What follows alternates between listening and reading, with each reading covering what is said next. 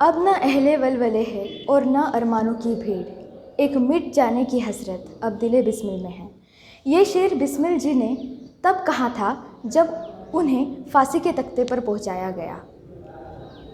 बिस्मिल जी का नाम सुनते ही मुझे काकोरी का एक किस्सा याद आता है, जिसमें राजेंद्र नाथ सान्याल, राम प्रसाद जी बिस्मिल, राजेंद्र नाथ लाहिड़ी, रोशन सिंह और अशफाक उल्लाह खां जैसे अन्य साथी भी शामिल थे। 9 अगस्त 1925 में काकोरी से चली ट्रेन 3 नौजवानों द्वारा रोक दी गई और अन्य साथियों ने सरकारी खजाना जो वहाँ पर मौजूद था वो लूट लिया। उन्होंने सभी यात्रियों को धमकाया और समझाया भी कि वो बस चुप रहे, वो उन्हें कुछ भी नहीं करेंगे। दोनों ओर से गोलियां चल रही थी और उसी बीच एक यात्री ट्रेन से उतर गए और उसको गोली लग गई और उसकी मौत हो गई। बाद में अंग्रेज़ों द्वारा इस घटना की छानबीन की गई और उसमें सीआईडी अफसर हार्डन को भी उन्होंने शामिल कर लिया। छानबीन शुरू हुई और गिरफ्तारियां भी शुरू हो गई। काकोरी कांड का मकसद सिर्फ एक ही था, उनको क्या करना था, जो अंग्रेज़ी सरकार है, अंग्रेज़ी सरकार का खजाना लूटना ही और उन्हें एक कड़ा संदेश पहुंचाना उनका मकसद था।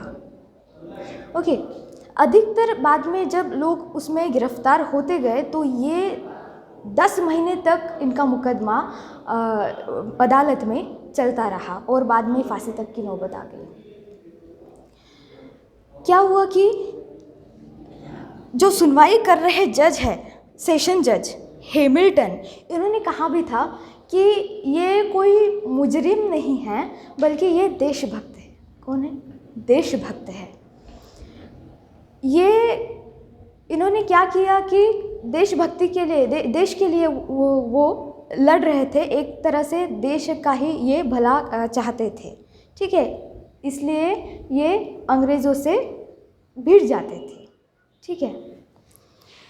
तो अगर ये अपना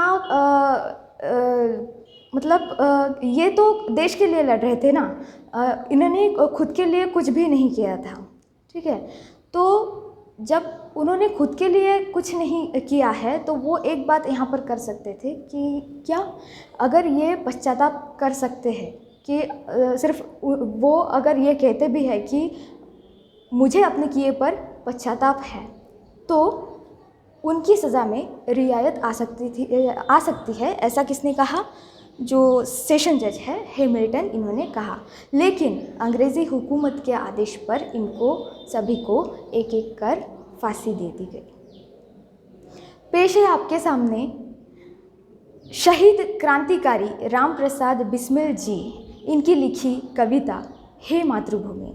अब यहाँ पर मैंने आधा इंट्रोडक्शन काकोरी कांड से इनका तो मैंने दे ही दिया है, बाकी जो इंट्रो है मैं आपको किताब में से देती हूँ। अब हम देखेंगे बिस्मिल जी का परिचय। बिस्मिल जी का जन्म 1897 शाहजहांपुर उत्तर प्रदेश में हुआ था और उनकी मृत्यु 1927 में हुई थी गोरखपुर में, उत्तर प्रदेश में, ठीक है। वो हमने जैसे कि देखा था, महान स्वतंत्रता सेनानी, कवि, उसी के साथ अनुवादक, बहुभाषाविद, यानी कि उनको बहुत सारे लैंग्वेजेस का क्या था, नॉलेज था, बहुभाषाविद थे। और क्योंकि वो बहुभाषाविद थे, बहुत सारी भाषाएं वो जानते थे, इसलिए वो अनुवादक भी थे, यानी कि ट्रांसलेटर। कोई भी किताब एक भाषा में हो तो वो दूसरी भाषा में वो कन्वर्ट कर सकते थे। वो कौन थे? अनुवादक थे और साहित्यकार थे। उन्होंने आज़ादी के लिए अपने प्राणों की आहुति दे दी। सरफरोशी की तमन्ना, ये उनकी क्या है? प्रसिद्ध रचना है। आपने सुना ही होगा सरफरोशी की तमन्ना अब हमारे दिल में है, ये गाना, ठीक है। उनको बिस्मिल के अलावा राम और अज्ञात, अब राम इनको बचपन में बुलाया जाता था और अज्ञात इस नाम से भी उन्होंने बहुत सारे अपने लेख और कविताएं लिखे, लेकिन ज़्यादातर बिस्मिल नाम से ही वो ज़्यादा प्रसिद्ध थे। उनकी प्रमुख कृतियाँ जो है वो है मन की लहर और आत्मकथा। अब इस कविता में हम क्या देखने वाले हैं, जो कविता है अपनी, ठीक है। तो यहाँ पर राम प्रसाद बिस्मिल जी मातृभूमि के प्रति अपना प्रेम और भक्ति भाव जो है वो व्यक्त कर रहे हैं, ठीक है। और क्या है कि देश पर जान निछावर करने की लालसा जो है यहाँ पर उन्होंने व्यक्त की है। चलिए अब हम पोएम देखते हैं। हे मातृभूमि तेरे चरणों में शीश नवाऊं, मैं भक्ति भेंट अपनी तेरी शरण में लाऊं। कवि बिस्मिल जी क्या कहते हैं कि हे माता, मातृभूमि को वो कह रहे हैं, क्या कह रहे हैं, तेरे चरणों में शीश नवाऊं। शीश यानी कि सिर और नवाना यानी झुकाना। मैं तेरे आगे, मेरा सिर जो है वो अगर कहीं झुकेगा तो वो तुम्हारे चरणों में झुकेगा, ठीक है। तुम्हारे चरणों में ही मेरा शीश झुकेगा। मैं भक्ति भेंट अपनी तेरी शरण में लाऊं।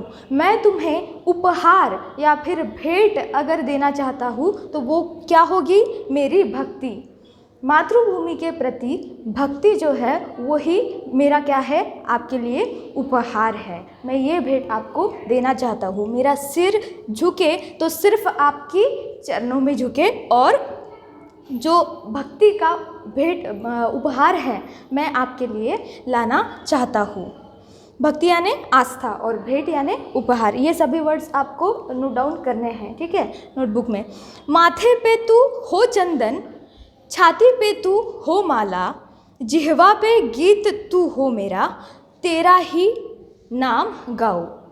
क्या कहते हैं कवि बिस्मिल जी कि माथे पे तू हो चंदन। हम तिलक लगाते हैं, राइट, माथे पे जो हम टीका लगाते हैं उसको हम क्या बोलेंगे, चंदन।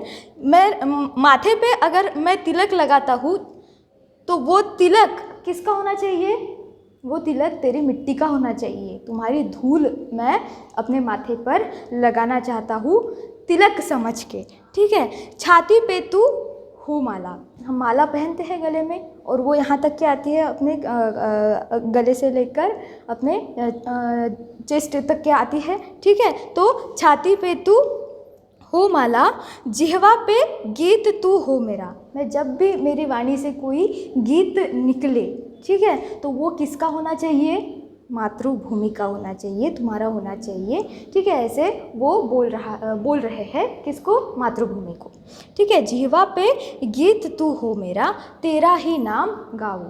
मैं अगर कोई भी गाना गा रहा हूँ या फिर मेरी वाणी से कोई भी गीत निकल रहे हैं तो वो सिर्फ किसके होने चाहिए, मातृभूमि के ही होने चाहिए। क्या देखा हमने, माथे पे तू हो चंदन, अगर मैं तिलक लगाऊँ तो तेरी वो मिट्टी होनी चाहिए, मिट्टी का तिलक मैं लगाना चाहता हूँ। तुम्हारी ही माला मैं पहनना चाहता हूँ, मातृभूमि की ही माला मैं जपना चाहता हूँ। जिह्वा पे गीत तू हो मेरा, कोई भी अगर मैं गीत गा रहा हूँ तो वो तेरे ही तुमसे ही जुड़ा होना चाहिए, ऐसे कवि बिस्मिल जी कह रहे हैं। जिससे सपूत उपजे श्री राम कृष्ण जैसे, उस धूल को मैं तेरी निज शीश पे चढ़ाऊं। अब वो क्या कह रहे हैं कि ऐसी भूमि जहाँ पर सपूतों ने जन्म लिया है। सपूत यानी कि क्या, ऐसे पुत्र जो बहुत ही पवित्र, मतलब बहुत ही अच्छे पुत्र, ठीक है। सपूत ने यहाँ पर इस भूमि पर जन्म लिया है, सपूत जैसे राम कृष्ण, ठीक है। अब ऐसे सपूत कौन हैं, तो हमारे क्रांतिकारी भाई हैं, ठीक है, जो हमारी मिट्टी के लिए मर मिटे हैं, शहीद हुए हैं, उनकी वो बात कर रहे हैं। ऐसे सपूत जो कि हमारे इस मिट्टी पर उपजे हैं, जन्मे हैं, उस धूल को, जो लोग शहीद हुए हैं इस मिट्टी में, इस देश के लिए शहीद हुए हैं, उस धूल को मैं कहाँ चढ़ाऊँ, मेरे शीश पे मैं स्वयं चढ़ाऊँ, ठीक है। मेरे सिर पर मैं उसे लगाना चाहता हूँ, उस मिट्टी को मैं अपने सिर पर लगाना चाहता हूँ, ठीक है।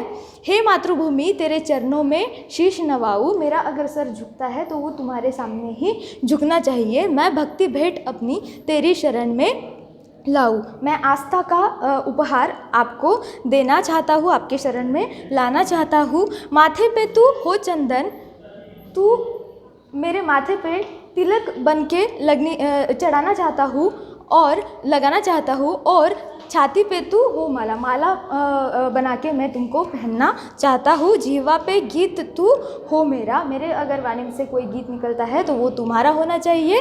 तेरा ही नाम गाऊं, मैं तुम्हारे ही गीत गाना चाहता हूँ। जिससे सपूत उपजे, इस मिट्टी में जो सपूत जन्मे हैं और इसी में जो मिट गए हैं, शहीद हुए हैं, ऐसे रामकृष्ण जैसे सपूत जो है, उस मिट्टी की धूल मैं अपने शीश पर लगाना चाहता हूँ। आगे देखेंगे। माई समुद्र जिसकी पद रज को नित्य धोकर, करता प्रणाम तुझको मैं वे चरण दबाऊं।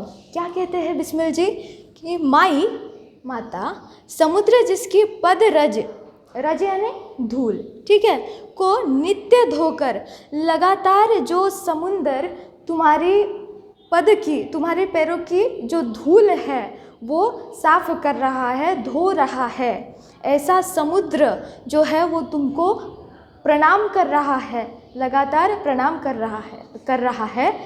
तो वो तो समुद्र है, फिर मैं तो इंसान हूँ।